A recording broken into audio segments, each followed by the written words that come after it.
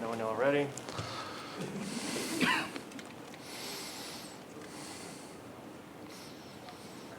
right, raise your hand and we can get started.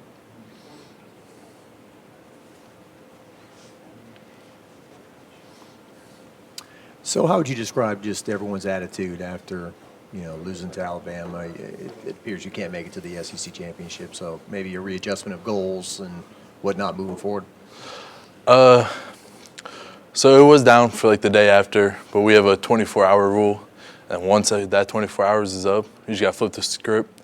And so now we're just focusing on Florida State, and every game means everything to us. We treat every game the same, and just because our goals aren't the same anymore doesn't mean we don't have anything to play for. We still have LSU to play for, state of Louisiana to play for, a ton of stuff to play for.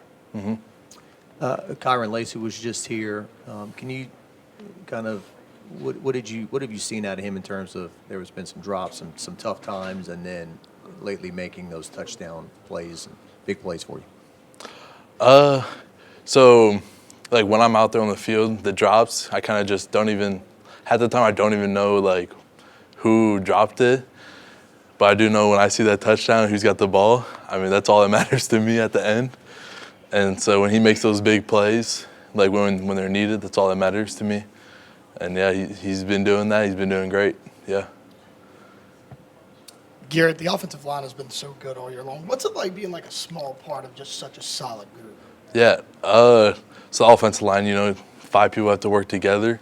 So it's something that like everyone has a little part to do. And like we all came back from last year pretty much, so we're all familiar with each other, comfortable. Yeah, it's great. It's been going good. Watching film's been going good. So yeah. When you see your quarterback go down with an injury and have to leave the game, how do you guys kind of respond as a unit? It's one of those things that's like it happened, and there's nothing we can do about it now. And we just got to focus on the next play. It's just something you can't control. Like we can't control that. We just play better and just keep on working. And then when it switches in to Nussmeier, how fluid is that transition for you guys from Jaden to Nuss? That's good. I mean, we practice with both of them, so practice is like how that game was. Like one play, he's out and put Nuss in for a few reps, and then so when he goes in, nothing changes for us. Like he calls the same things, and it's good. And then I'm kind of focusing really on in a game like that when it's the fourth quarter, you guys are down, and the environment is kind of getting at you. How do you try to help ease Nuss into that situation? Because you've been battling for 30 minutes, and getting him up to speed with all that. Kind of. I don't know if it's so much like easing them into it, because it's hard to ease someone into a fourth quarter, down by 2 touchdowns type of drive. But we just have to do what we've been doing, keep our calls up, and so it feels like normal for him. It feels just like how practice would feel. And that's probably the best way I would say to ease him back into it, is just do what we've been doing and what he's comfortable with. Mm-hmm.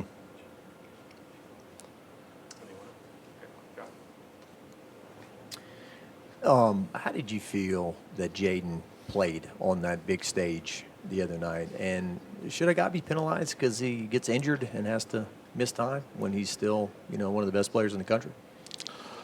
What do you mean by penalized? Like in a Heisman discussion sometimes. No, I don't think he should be penalized at all. I mean, he's been playing lights out every single game for the past, 9 weeks. Like, his stats say everything.